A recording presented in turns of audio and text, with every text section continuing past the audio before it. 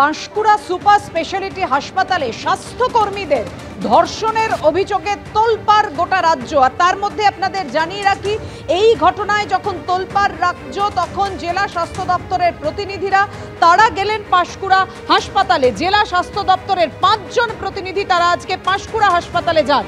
পাঁশকুড়া কাণ্ডে গতকাল পথে নামে বিজেপি, ঝাঁটা হাতে মহিলারা প্রতিবাদ জানান। বিরোধী দলনেতা শুভেন্দু অধিকারী যান এলাকায়। আগামীকাল পাঁশকুড়া কাণ্ডের প্রতিবাদে পথে নামবে জেলা তৃণমূল। আগামীকাল জাতীয় মহিলা কমিশন তারা পাঁশকুড়া হাসপাতালে যাচ্ছে।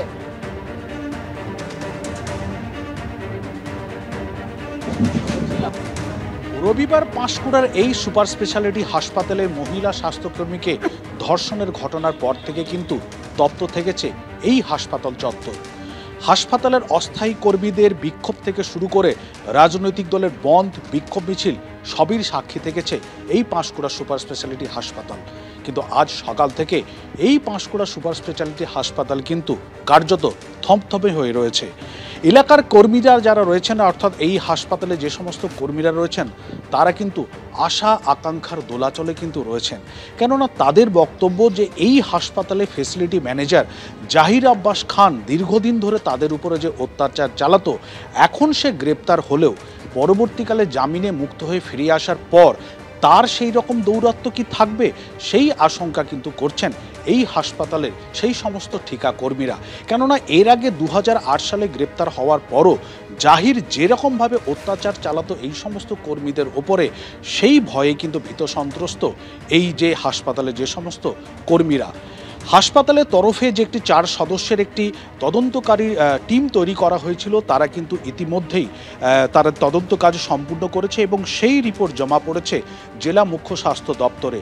এমনকি জেলা মুখ্য স্বাস্থ্য দপ্তরের তরফ থেকে আজকে একটি 5 সদস্যের দল তারা কিন্তু এখানে এসেছেন এই পাঁশকুড়া সুপার স্পেশালিটি হাসপাতালে। তারা এসে কিন্তু তদন্ত করছেন হাসপাতালের যে আভ্যন্তরীণ কমিটির যে রিপোর্ট এবং পরবর্তীকালে জেলা মুখ্য স্বাস্থ্য দপ্তরের এই 5 সদস্যের টিমের তদন্তকার যে রিপোর্ট, সেই দুটো রিপোর্টই তারা কিন্তু রাজ্য স্বাস্থ্য দপ্তরে পাঠাবে।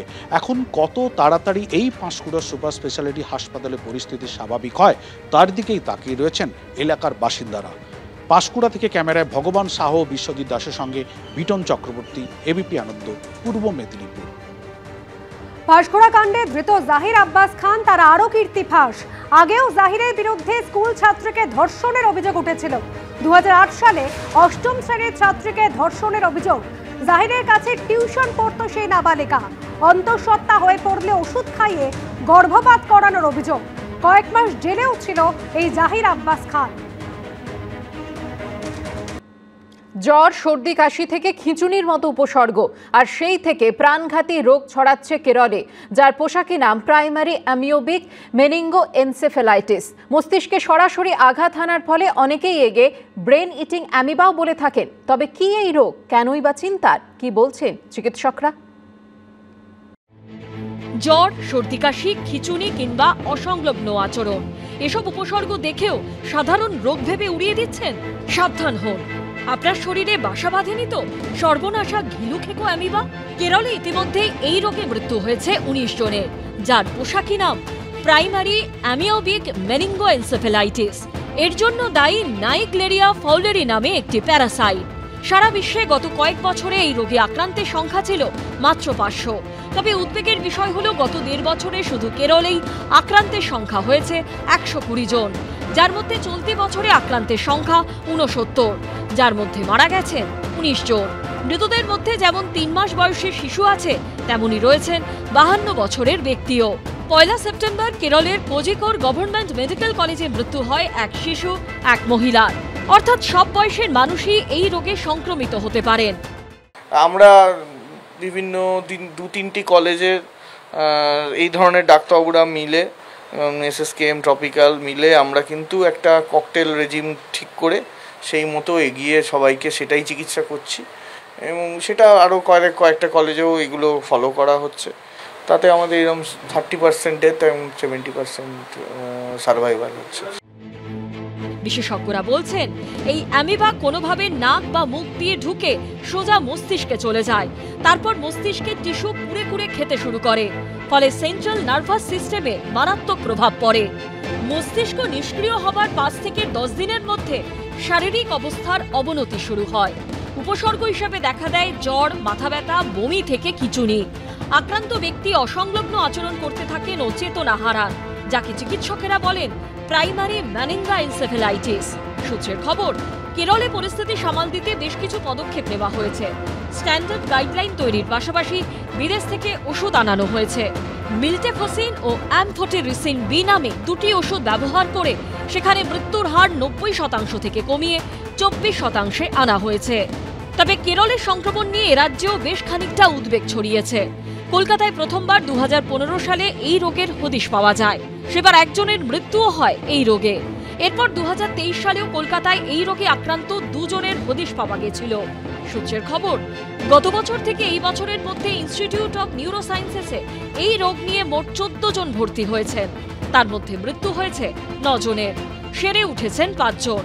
এর পাশাপাশি গত বছর এসএসকেএমেও অ্যামিবা আক্রান্তের হদিশ পাওয়া গেছিল। 14 জনের মধ্যে আমার মনে হয় অ্যাট প্রেজেন্ট 6 জন, হয়তো 5 জন ডেফিনেটলি বেঁচে আছে। 6% লস টু ফলো আপ নেই, কিন্তু বাকি জনকে আমরা সেভ করতে পারিনি। কেরলের পর এরাজ্যে নতুন করে এই রোগের কোনো খবর না এলেও এখনো পর্যন্ত কেরলের পরিস্থিতির দিকে নজর রাখছে স্বাস্থ্য ভবন। ঝিলম করঞ্জাই, সন্দীপ সরকার ও অনির্বাণ বিশ্বাসের রিপোর্ট, এবিপি আনন্দ। ঘিলু খেকো অ্যামিবা নিয়ে উদ্বেগের মাঝে এবার নতুন আতঙ্ক রেসপিরেটরি সিনশিয়াল ভাইরাস। শিশুদের মধ্যে বাড়ছে এই আক্রান্ত হওয়ার সংখ্যা। বিভিন্ন সরকারি ও বেসরকারি হাসপাতালে ক্রমেই বাড়ছে আক্রান্ত শিশুদের সংখ্যা। একদিকে ঘিলু খেকো অ্যামিবা নিয়ে বাড়ছে উদ্বেগ, অন্যদিকে এ রাজ্যে আতঙ্কের নাম রেসপিরেটরি সিনশিয়াল বা আরএস ভাইরাস। গত 2 সপ্তাহে রাজ্যে উল্লেখযোগ্যভাবে বেড়েছে আরএস ভাইরাসে আক্রান্তের সংখ্যা। এতে মূলত আক্রান্ত হচ্ছে শিশুরাই। সদ্যজাতদের ক্ষেত্রে এই রোগে আক্রান্ত হবার আশঙ্কা আরও বেশি, তবে আক্রান্ত হতে পারেন 60 ঊর্ধ্বরাও।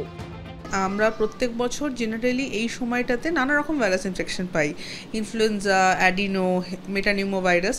বাট এই বছর যেটা পার্টিকুলারলি দেখছি, এই সময়টা কিন্তু এত তাড়াতাড়ি যে পুজো আসছে, এই সময়টা কিন্তু এতটা আমরা পাই না।